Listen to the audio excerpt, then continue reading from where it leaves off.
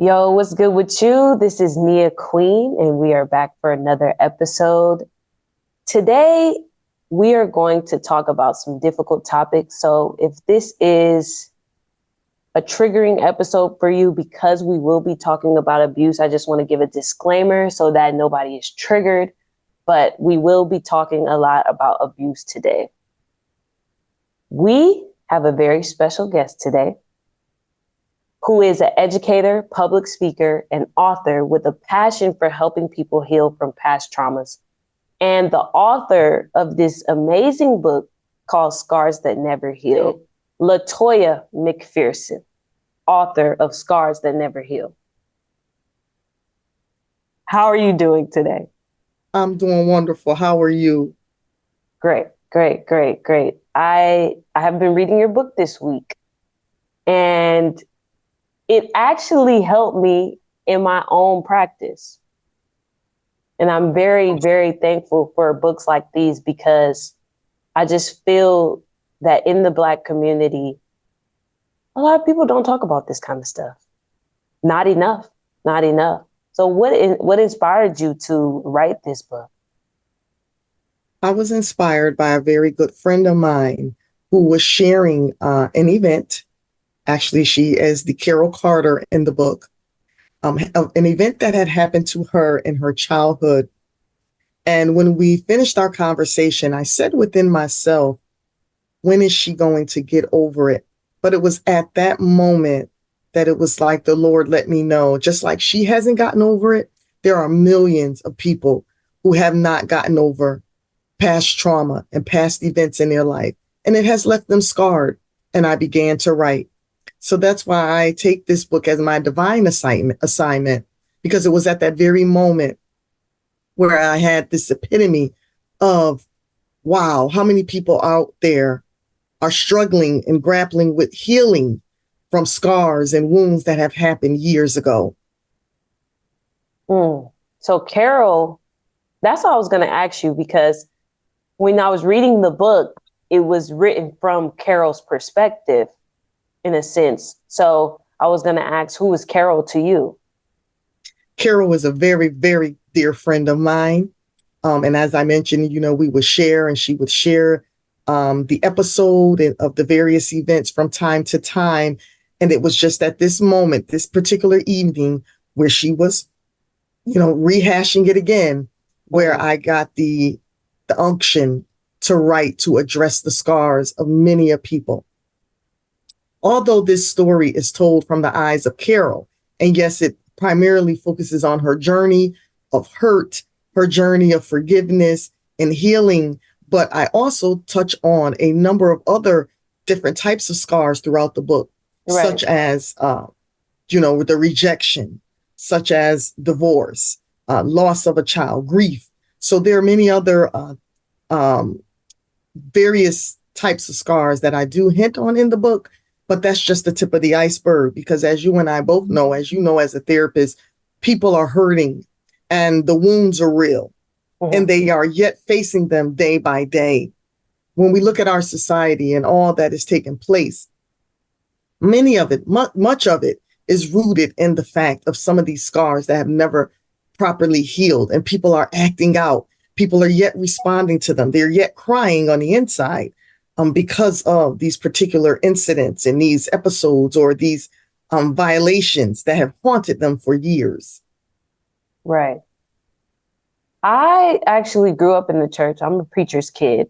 So I appreciated the connection to the church and the connection to, you know, helping, using God to help you get over this or seek forgiveness. Um, why do you think that with the older generation that they frown upon therapy as far as in the book you talked about the lady Carol grappling with, oh, I don't need to go to therapy because I'm supposed to seek Christ. I'm supposed to seek God in the beginning of the book. Why do you think that is for the older generation that they kind of frown upon therapy and only try to use the church to deal with things like abuse? Sure, absolutely. First, I also come from a Christian background. I am an evangelist. And I see and I have learned through our culture that, as I mentioned in my book, we were taught what doesn't kill you make you stronger. And that is Mm, far from the truth. Because oftentimes it doesn't make people stronger. It actually tears them down. And as they are trying to maintain this facade and act as if it's not killing them, it is killing them on the inside. And yes, and we tend to rely on the scripture. He'll keep our mind in perfect peace if we keep our mind stayed on him. And that's true as well. But many a times, some people are not keeping their mind stayed on him because it's the event, the violation, what has happened is taking precedence in their mind. So right. at this time, that's where the struggle is coming in, the battle of the mind, the battlefield of the mind. And I feel that the older generations have frowned upon that because they saw it as a sign of weakness. They saw it as being weak in the faith, not Mm, having enough confidence in God.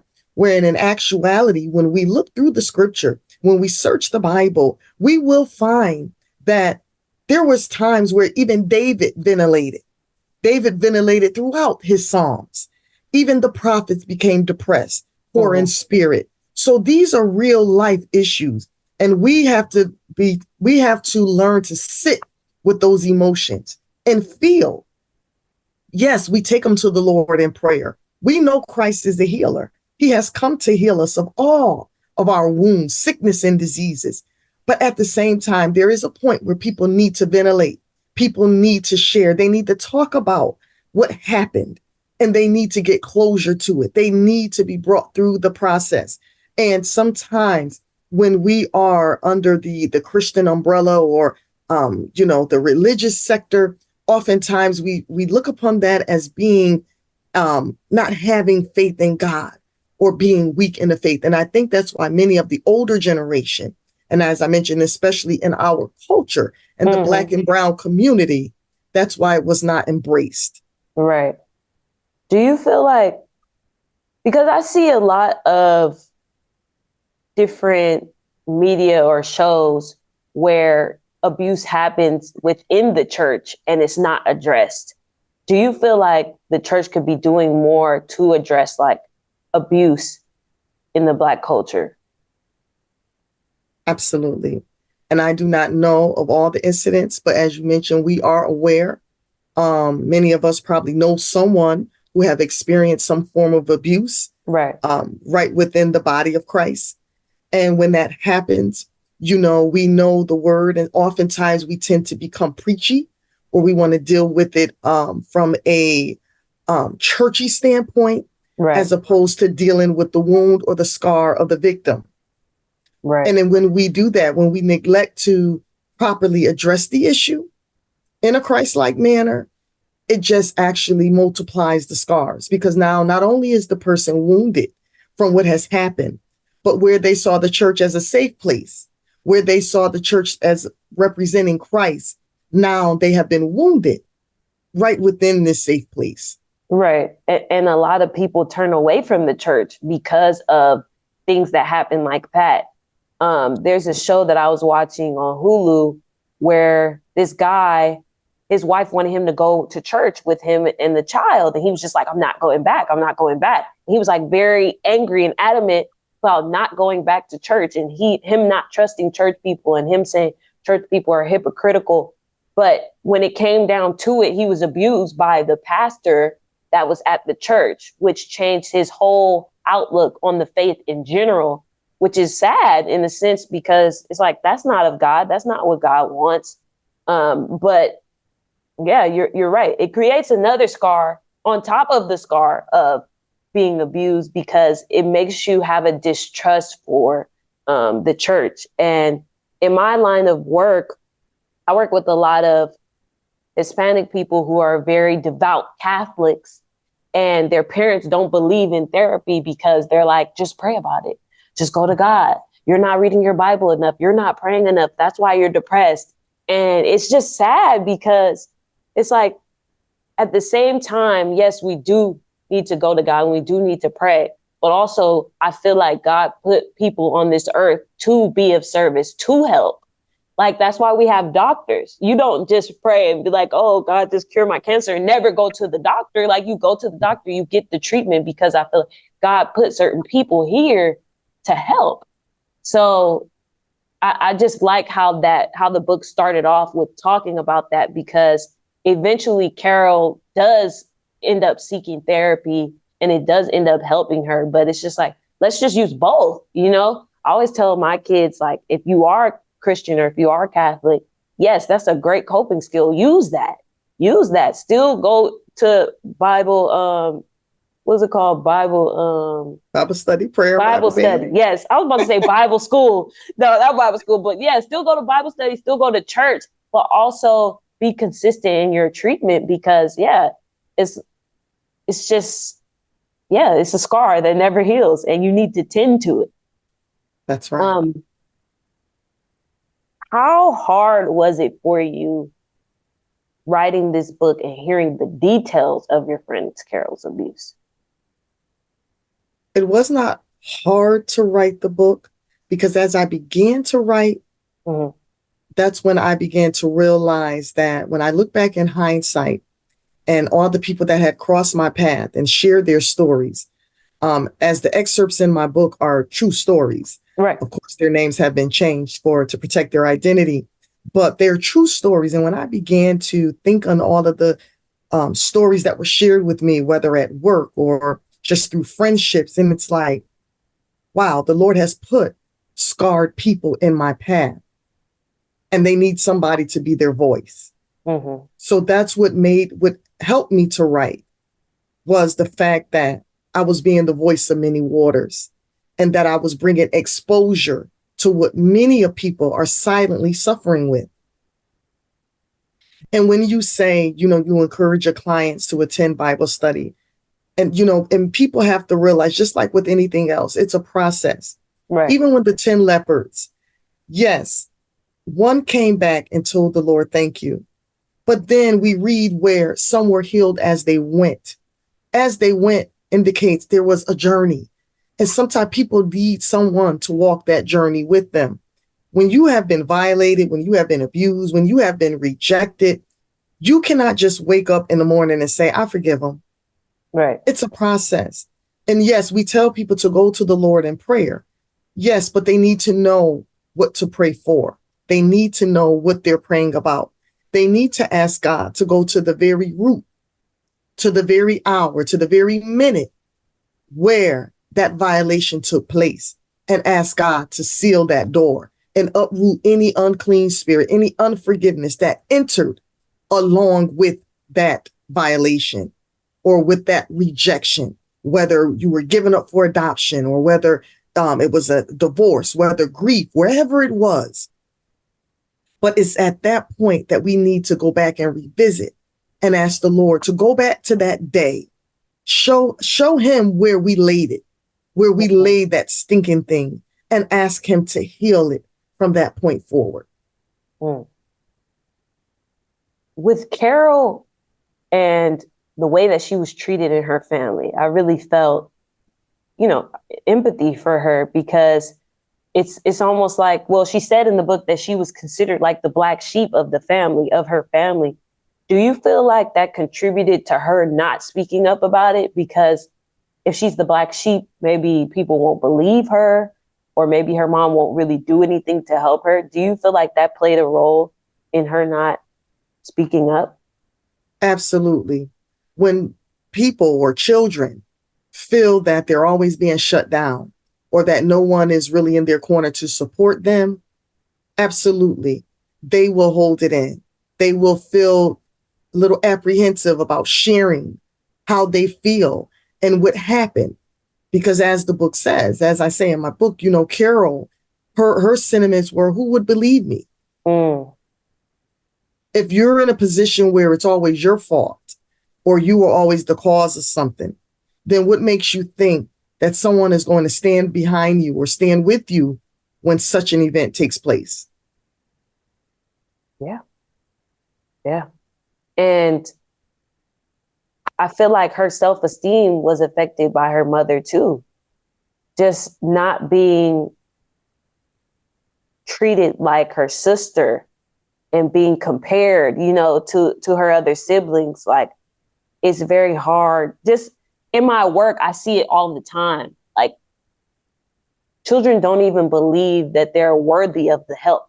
They don't even believe that they're worthy of it because their parents they just don't treat them in the ways that they should be treated. And one of the things that you talked about too is about understanding where the abuser comes from, right? And being, it almost seems like she was empathetic towards the abuser, like, oh, they went through this, so that's why they act like that. And I'm not just talking about the sexual assault, I'm talking about the mom as well, and where the mom came from, and the mom being a mother at 14 years old. Why do you think abuse victims do that? Why do you think that we start having empathy for the abuser? Initially, they try to reason with why it's happening. No one wants to feel like they're the rejected one or they're the black sheep, right? Mm-hmm. So you try to rationalize other reasonings to why this person could be targeting me or why this person could be treating me in this way. And it almost helps serve as a band-aid. If you sort of say, well, they didn't know any better, or, like if a child throws their food at you, you tend to overlook that because they're a child, right? So they don't understand that they're throwing something or what have you. But whereas if an adult did it, now that would be a different perception you would have. So, I believe that it serves as a band-aid when people try to justify the behavior of the perpetrator. It's almost like it helps them kind of move past or not blame themselves in a sense, because they're like, well, they went through that, so that's probably why they did that. Yeah, I like the analogy of a Band-Aid. So this week I was working with a student and I was asking her why is she not participating in class? Something really easy like PE class. She was just like, oh, I'm embarrassed. I'm embarrassed. I'm like, why are you embarrassed? I don't want people looking at me. I don't want people looking at me. But then I start asking her like more questions. I'm like, you're not doing well in school. Like, do you care? Like, do you care if you get a good grade or whatever? She's just like, I'm embarrassed to ask for help. Like, I don't think I could do it. And I was really sitting there like, this girl does not care about her grades. She doesn't care about what's going on. And then I started reading your book. And I read this part and it says, shame when caused by someone else's behavior is unhealthy and distorts the real you. Unfortunately, you'll lose things in life and sometimes it's embarrassing. But to lose your self-worth as a result of abuse is an indescribable shame. And I was like, and I knew that this student had been abused. So I was like, it's not that she doesn't care. It's that she don't even believe that she can. Absolutely. And I ended up talking to her the next day and like apologizing because I didn't want her to think that I was like, attacking her. And I told her to read this. And it started up a great conversation about the messaging that her parents would tell her over and over and over again. And I just want to personally thank you for that because it helped me get a breakthrough with the client, because it's like, yeah, that's the thing. You lose your self-worth when you are abused because you feel like, well, I'm not good enough. That's why this happened to me, or I'm not important enough. That's why this happened to me. What made you want to put that in the book specifically, the shame part and losing the self-worth? Why was that important in this story for Kara? That is important for any victim, anyone who has experienced any type of abuse, whether it's domestic violence abuse or assault, sexual assault. They go through that process of shame. And as you mentioned, the self-worth. When a person has been violated, then they feel as if they're no longer, as if they're damaged goods, as if they're no longer Mm, good enough. right, It's just like you purchase something and the package has already been opened. No, you want something brand new. So then, and as they experience that feeling, it takes precedence in every area of their life, just as you said with your client. The not wanting to participate in school. I don't want anyone looking at me. Now it's like they're carrying that scarlet A, so to speak, on their right, back when yeah, it's not even their fault. But then they allow in every area of their life, well, I don't deserve this, and I'll just settle for this. And it takes on a settling mentality. But and that's why, as your client, I'm not sure how old she is, but it's great that her parents have her in therapy. So you can work with her at this stage and let her know you have value, you have worth, despite of what the other person did. Don't right, let that diminish your worth and your self-esteem. You can do it. You are yet smart. You deserve the best. You are worth something. And in right, fact, you're priceless. And and these are the things that they grapple with. The shame of it. Why me? And it's amazing how the enemy can turn that very offense in the opposite direction, because it should be the violator that feels the shame, but right, oftentimes they don't. And it leaves the victim with all of this baggage and all of these scars. And it's almost as if so many things, and that's why I mentioned earlier about the opening door. People don't realize the door that these type of breaches will open in someone's life. Not right, only the doors of low self-esteem or shame or rejection, but the doors of promiscuity sometimes. The doors, it just opens the doors to so many different areas. And it takes healing for that. It takes time for people to move past that. right. And you mentioned too in the book how Carol started dating men like who were similar to her abuser. That probably stems from not feeling worthy, not feeling like she deserves a good man that will treat her right, that will be faithful, that won't violate her. So that all plays a part. I didn't even think about that when I read that part. I wasn't thinking about the self worth, but now it's coming back up for me. And you just brought up a good point that these kids that I'm in therapy with have a chance to heal Yes. before they get married, before they go into the world and have to make these decisions that could change their lives forever. And I always tell that. I was like, you guys are better than me because you're getting a head start. I didn't have these resources when I was your age, and your parents definitely didn't have those resources. So you're going to be better than what I did because you have the tools that I didn't have.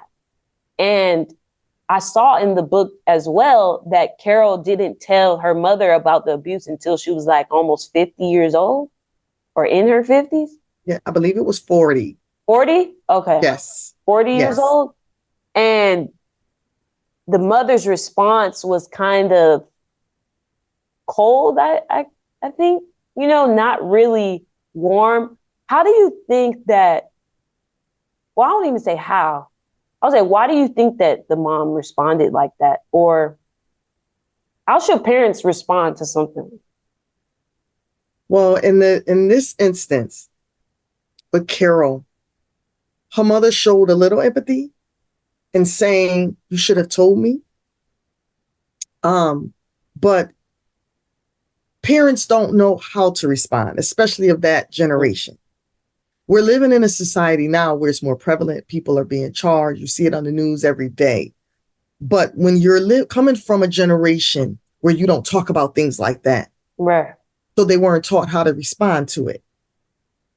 Mm, true. And it's interesting that you said that it's empathetic that she said you should have told me. And I always wonder, did the parents ever ask themselves, well, why didn't they tell me? It's a good question. Because they probably don't feel safe with their emotions around you. That's why they didn't tell you. But it's almost like, in my eyes, it seems like almost blaming the victim again. well, why didn't you tell me? You should have said something. Why are you just now telling me now? That's going to make them feel even more worse about the situation in my eyes. I don't know. In Carol's eyes, maybe not, because she was at a place of healing and she just wanted to get it off her chest. But when working with kids, and I have to be the one in the room when they're telling their parent about this abuse or something that happened, and they're like, well, why didn't you tell me? And I always think of, why don't you ask yourself why they didn't tell you? Like, like maybe that means that we need to work on the relationship between the two of us. I don't know. Maybe that's, maybe that's just me. So If for I may Carol, inject right there, oh yeah.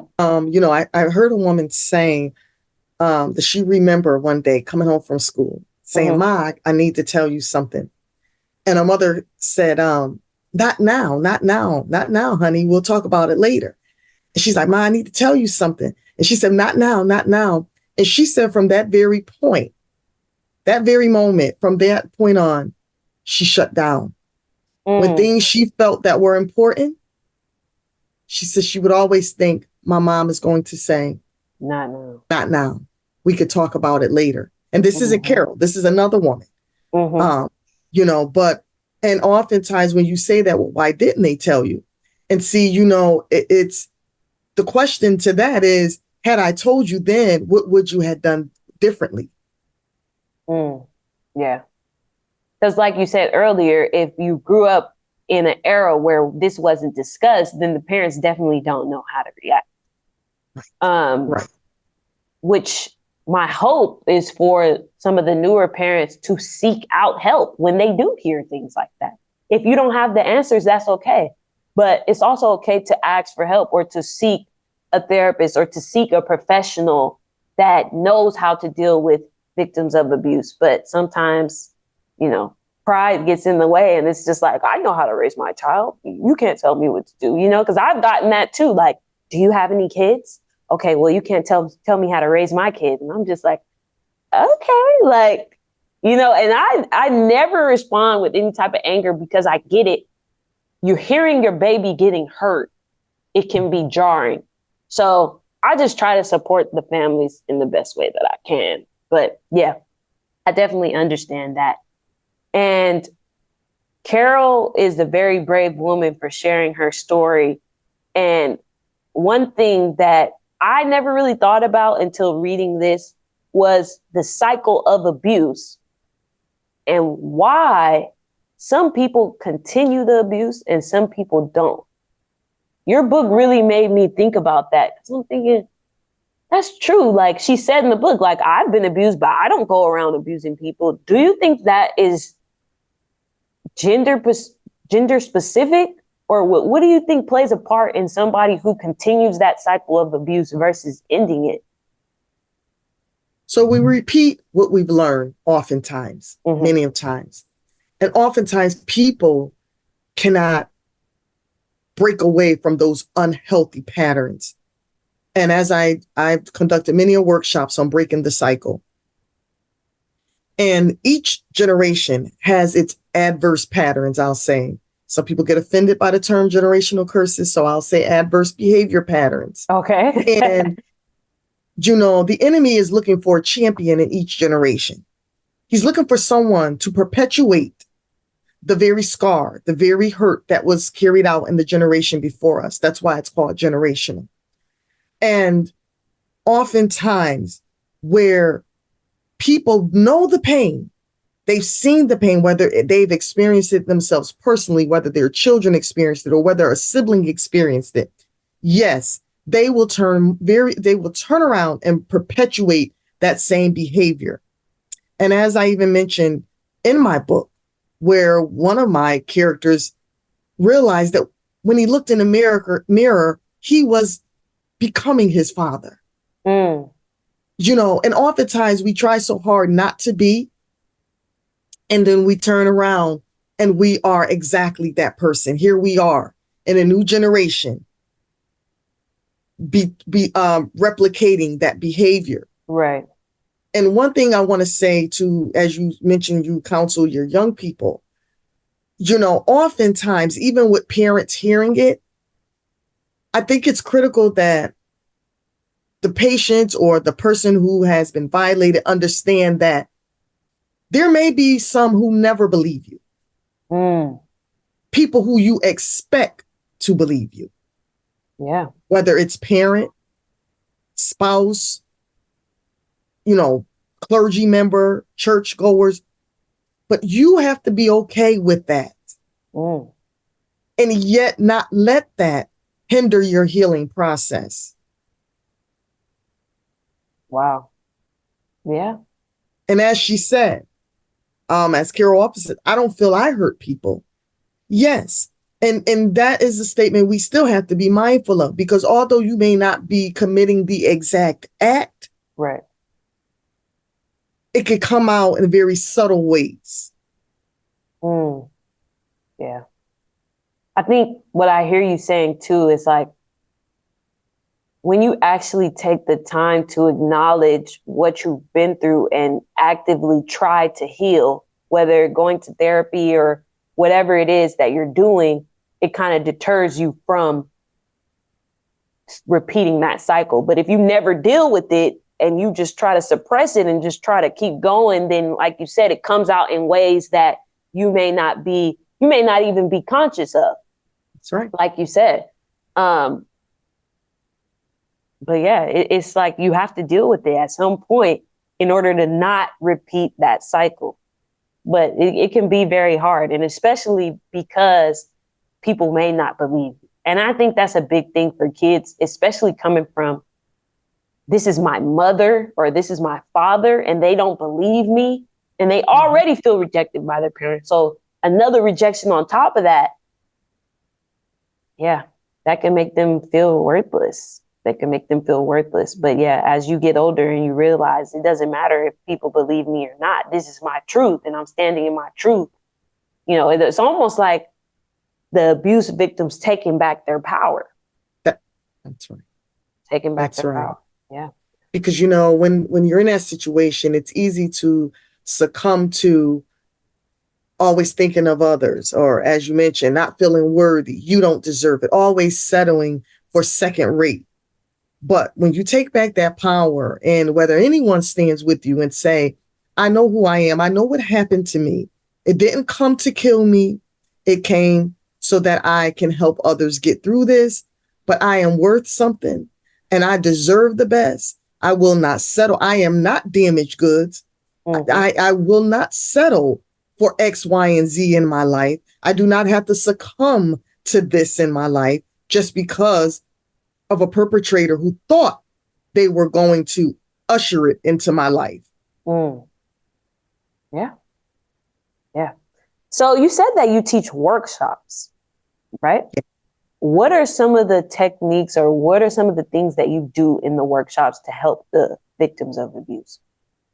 Sure. One of the things I like to do is, especially in my breaking the cycles, I like to bring people into a place where they first examine their tree, okay, the maternal side and the paternal side. Mm, And I need them to really think about the things they see in their family. Just like I can look at you and say, "Oh, you got Aunt Sarah's eyes."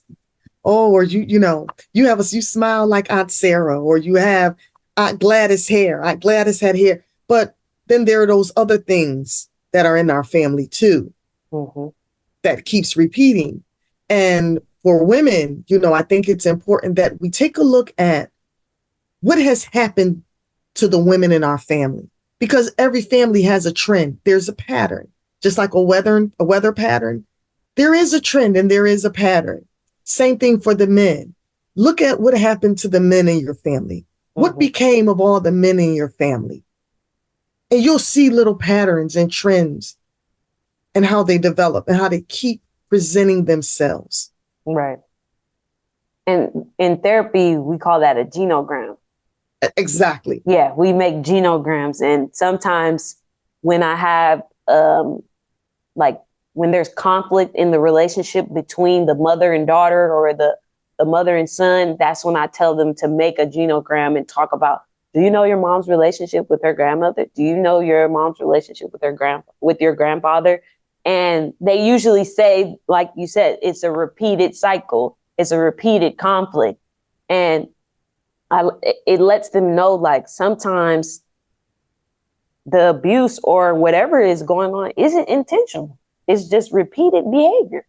Learned behavior, yeah. And that's a difficult thing for kids to grapple with, because they used to see their parents as these, superheroes in a sense, and now you're starting to see, like, oh, they're human and they make mistakes as well. Like, they're not perfect. They're not always gonna be right.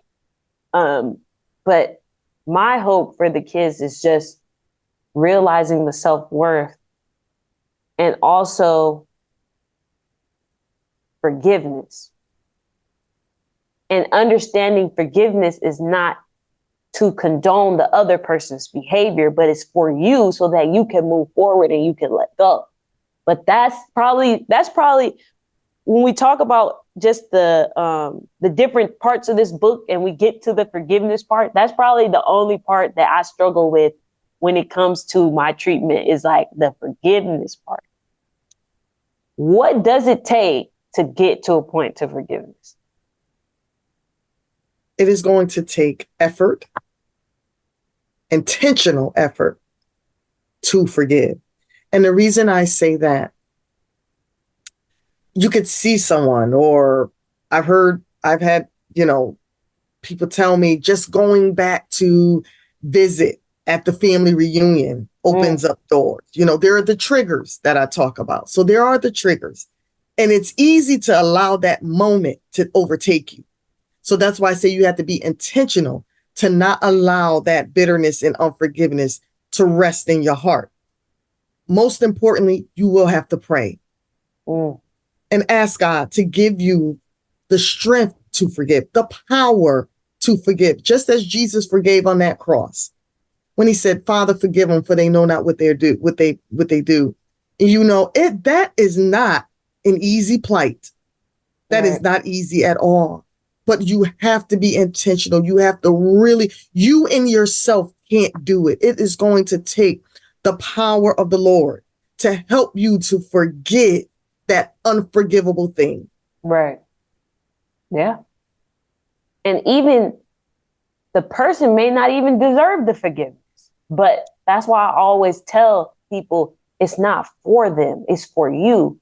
Do you want to move on in your life? Do you want to be able to have healthy relationships? Well, forgiveness is a part of that.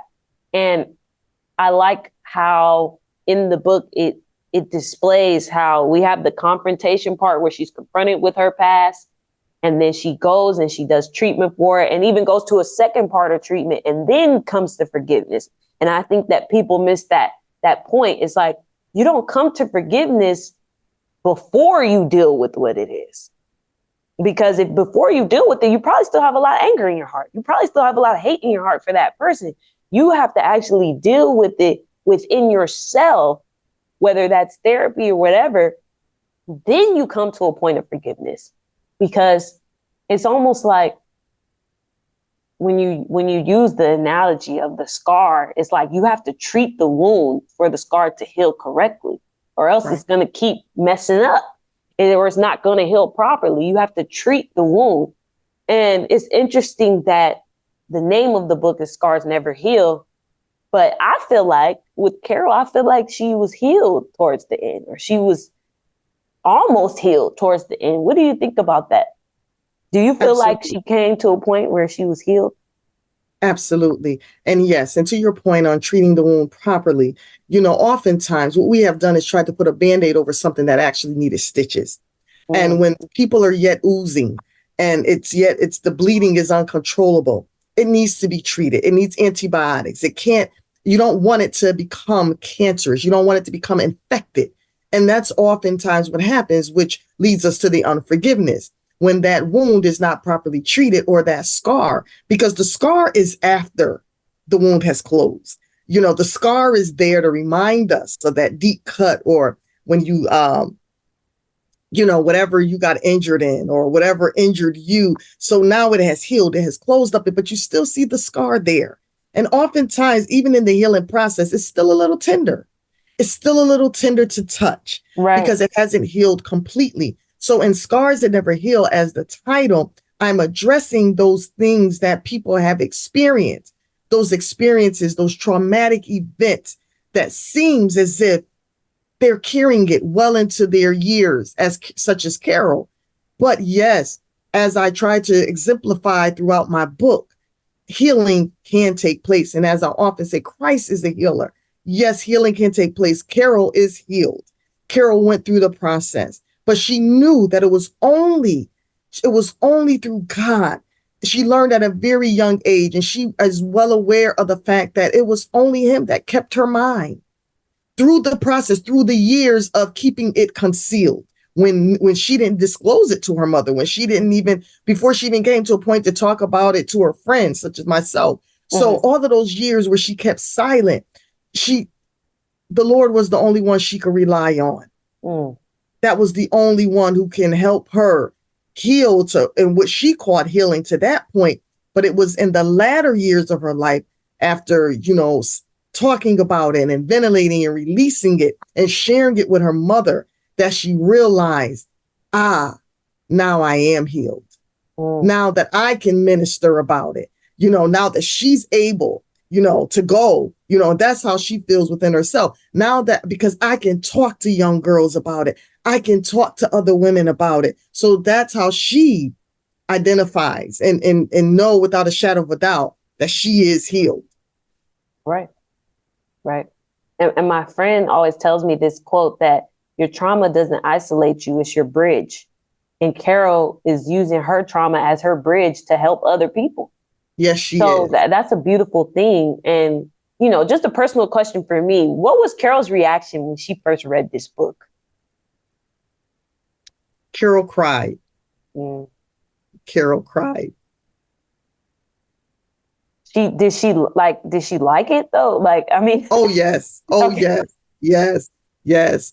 Carol is my number one fan. Carol will sell my book anywhere she goes. And I'm so grateful for that. But, as more importantly, as I was doing a book signing event at Barnes and Noble, and there was a woman, a worker, an employee, and she had been around all night, making sure we were good. And it was at the end of the night when I was packing up, and she came to me and she said, "You're the voice of many waters. Continue to keep speaking for us." And she just kept stocking the shelves. Mm-hmm. So it's moments like that that lets me know, as I said from the beginning, I reiterate again, it was my divine assignment. I had no idea. This was not on my to-do list. It wasn't, one of my wishes to become an author, but Mm-hmm. I know the Lord birthed this assignment through me and the lives that it has touched, just as I traveled along my way and shared this book and ministered to those who are broken, even in our federal women's prison. And whether it's, just seeing the brokenness of people, the scars. And that's what makes me know every day this world is full of people who are trying to heal from Mm-hmm. those past traumatic events. Absolutely. Absolutely. And how can somebody sign up for a workshop that you do? Do you have any upcoming things that people can sign up for if they're looking to, heal their scars? Absolutely. During in 2020, with when COVID was at its height, the Lord impressed upon me a burden for the grieving hearts. So through that, I established a grief support, virtual grief support. So I do that somewhat pretty monthly, and people can attend that. That is open. There's no charge for that. It's a teleconference line. People call in all the time and, listen in. And I have callers from all over the U.S., from Missouri and Alabama, just all over. And I'm in the Northeastern region. So that's something that people are able to attend, and they could, join me. They could go to my website at latoyamcpherson.com, and they can see, the upcoming events. But also I in that, and I've learned that grief is another issue that people do not recover from immediately. Right. And that is another silent scar Yes. that people tend to think after the funeral, it's over, but it's not. And that only came about having lost my mother in 2016 and then losing my eldest sister in 2019 unexpectedly. Mm, And that's how, when I wrote my book, they were both here. mm. I hadn't experienced grief. Oh, but now I know all about the scars of grief. Right. You know, close relationship with my siblings. I thank God for my siblings. They are my greatest support. And to lose my sister was like losing um, our limb, another limb to your hand. And my mom, like I said, my mother taught me everything I know, devout missionary evangelist, a church mother, and whom we all just love dearly. She was the rock of our family. So it shook the foundation. So through that, like I said, I've definitely learned and have gone through the grief process and know that, oh, it takes time. And Right. there are many people, I get callers who have lost their children 12 years ago, lost their mother 18 years ago, and they're still not over it, lost their husbands. I have pastors on my line, clergy, people of the cloth, Christians, believers, people from all walks of life, but grief is real. And that is Right. another very real scar that does not heal so easily. Hmm. Well, But I'm people sorry. can reach out to me at Latoya at fscounseling.com, and they can, share with me if they have interest in workshops or anything that they would like for me to do a presentation on the book.